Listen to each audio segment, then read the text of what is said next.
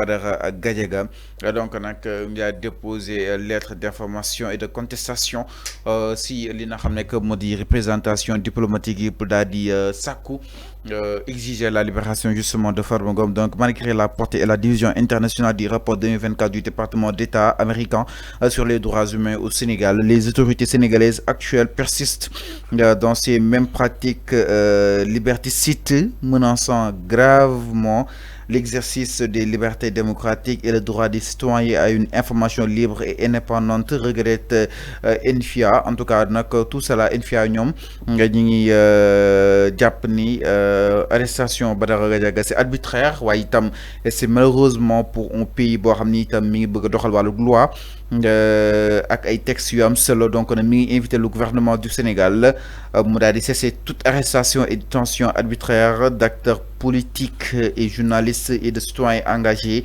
protection des protestations à Paris des amis de Badara Gadiaga nak arfan ñoo daal di amal lu nu mel alors naka na ko daal di jàngatee jàpp nañ que ni malgré le rapport 2024 du département d'État américain sur les droits humains au Sénégal teewul ni ba tey autorités yi ñi ngi persister pour teg loxo exactement journalistes yi pour teg loxo aussi ñi wax seen xalaat ak aussi citoyen simple naka na ko daal di jàngatee. Fallou ban journaliste la ñu teg loxo fii je te pose la question ban journaliste la ñu teg loxo fii wax leen ma ko je pose la question parce que man bëgguma manipulation wax leen ma ban journaliste la ñu teg loxo tu vois la question n'aura pas de réponse. Convocation. Non, on ne parle pas de convocation. On dit ban journaliste la ñu teg loxo Fallou il faut répondre à cette question. Sama question do am réponse parce que les gens manipulent. Vous manipulez les gens. Il y a aucun journaliste qui est en prison jamono bii nii amul. Soyons sérieux. Non. Il faut qu'on se dise la vérité. Manipulation weesool nga dem au niveau de l'opinion internationale nga ne il y a des arrestations de journalistes. Aucun journaliste n'est arrêté au Sénégal. Jamono bii nii boo demee kaso amu fa journaliste. Soyons sérieux les gens. Convocation. Non, on ne parle pas de convocation. Convocation. Chaque jour, la convocation n'est pas synonyme d'arrestation. Donc, journaliste, vous nous convoquez. Ben, journaliste, tëjuñu ko kaso jamono bii nii. Te jamono bii nii ci waxtu Macky Sall, beaucoup de journalistes sont en prison. Macky Sall moment bii. Non. Babacar Touré Kewulo. Pape Alé Niang Fallou man xam naa ba tu peux pas défendre l'indéfendable ñun fii la ñuy fekk. Babacar Touré Kewulo. ñaata peine la def. dama ne Babacar Touré. Non il faut demander il a fait la prison sous l'ère de Macky Sall il a été condamné. ñaata peine. Non Fallou yow tamit yow sois sérieux tamit. c'est à Babacar Touré.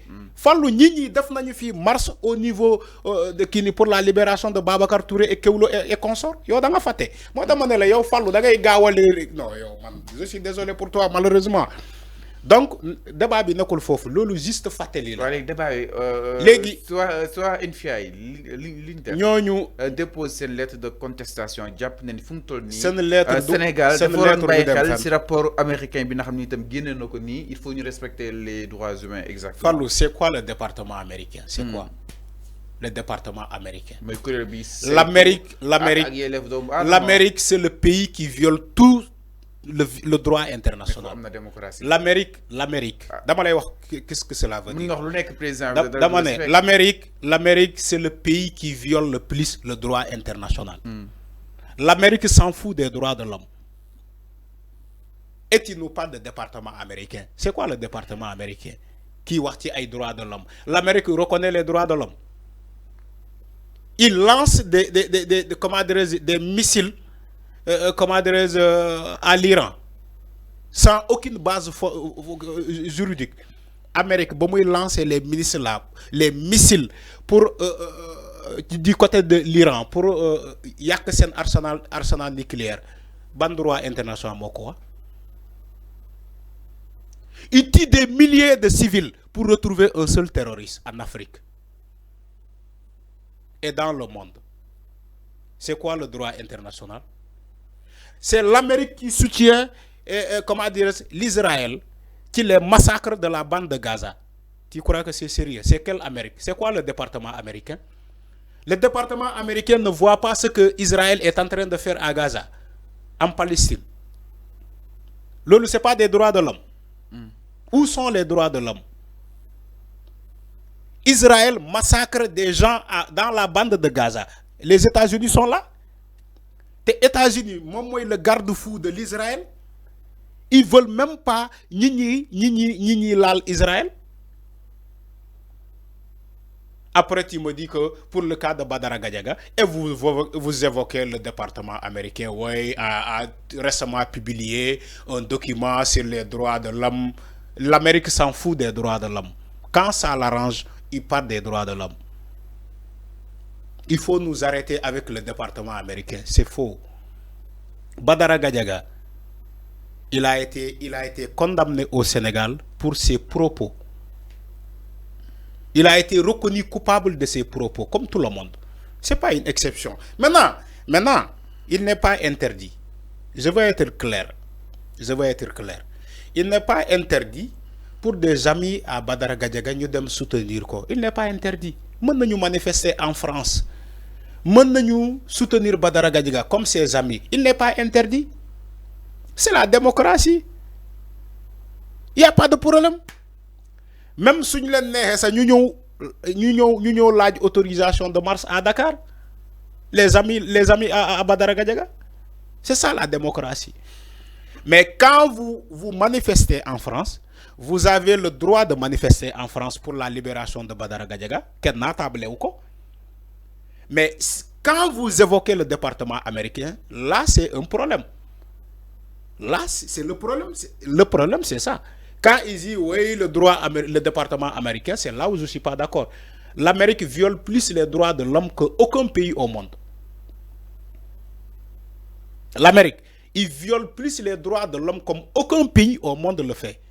Après, vous nous parlez de département américain. Badara Gadiaga, ce n'est pas un journaliste. Aucun journaliste n'est condamné au Sénégal ci jamono bii nii amul. Lolo à l'international c'est de la manipulation, c'est du faux. Je sais que les gens nous regardent. Je sais que les gens nous regardent de l'international. La diaspora sénégalaise. Mais avant, comme exemple là, Diomaye et Sonko vilipendés auprès des ambassades, arrestation abusive, restriction des libertés, Badara Gadiaga la patate chaude exactement. Mais le fait que Sonko et Diomaye ils sont vilipendés auprès des ambassades, c'est une image quand même. Il faut nous savoir quoi. Fallo.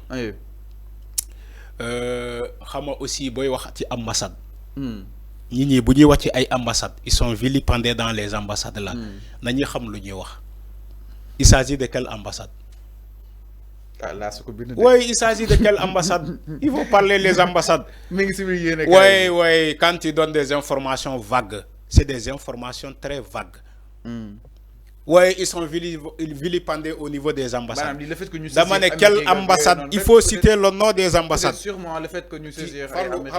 On ne donne pas une information à moitié. Ces journaux que tu parles là, Aylas, qui donnent des informations à moitié.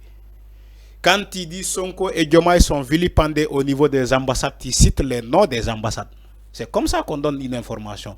Ou sinon, tu es dans la manipulation. Écoutez bien ce que je dis. Quand tu ne cites pas le nom des ambassades pour que les gens aillent vérifier cette information auprès de ces ambassades-là, tu es en train de manipuler l'opinion. C'est faux. C'est une information très fausse. Parce qu'ils n'ont pas cité les noms des ambassades. Boy Diapale Nit, pour moi, de faire recherche. Si vous citez l'ambassade d'Espagne, les journalistes vont aller à l'ambassade de l'Espagne faire des investigations pour savoir que effectivement Sonko et Diomaye ont été vilipendés là-bas. Ou bien les ambassades des États-Unis. Mais quand il dit dans un journal que oui, Sonko et Diomaye sont vilipendés au niveau des ambassades sans donner le nom des ambassades, c'est de la manipulation. Man suma neexee mën naa bind article mën naa bind article. Par exemple, un pays africain a été cité, a été nommé ou bien choisi pour organiser la Coupe du Monde 2026, par exemple. Quand je dis sans donner le nom du pays, mais les gens ne peuvent pas vérifier cette information-là. Donc, c'est faux. Ce qu'il dit là, c'est faux. Maintenant, non,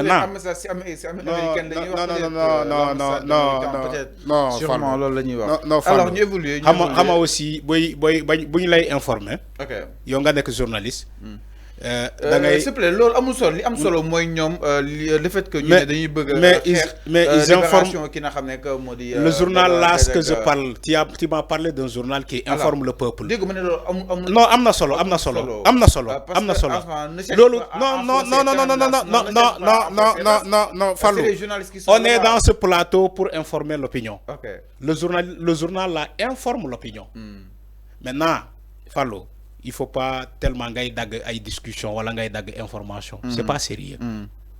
Quand un journal informe, il faut informer en réalité ni que li mo am wa ila c'est de la manipulation. Man là sulu mu bind je le vois comme manipulation. Maintenant concernant les amis de Badara Gadiaga qui le soutiennent en France, ils ont le droit de le soutenir. Il y a pas de problème. Mais quand il soutient quelqu'un, il faut savoir que les fondamentaux, là def bañu japp ko prison, lan mo xew. Et il faut donner aussi une information vraie parce que ñom ñi manipuler au niveau international, la diaspora sénégalaise, même les chaînes internationales dañuy sétane émission yi xew Sénégal. Yow émission bi ngay def 5 TV, la diaspora sénégalaise ñu ngi koy sétane. Mota toute manipulation qu'il y a, nous on va dégager cette manipulation. Nous dañ koy contredire ni que amul c'est faux. C'est faux. Il y a aucune ambassade qu'on a vilipendé Sonko et Diomaye amul. Alors nous évoluer un peu s'il te plaît Arfan ñu évoluer mi non par rapport ak li nga xamné que modi justement mbir mi daal di ñëw si benen ponk sans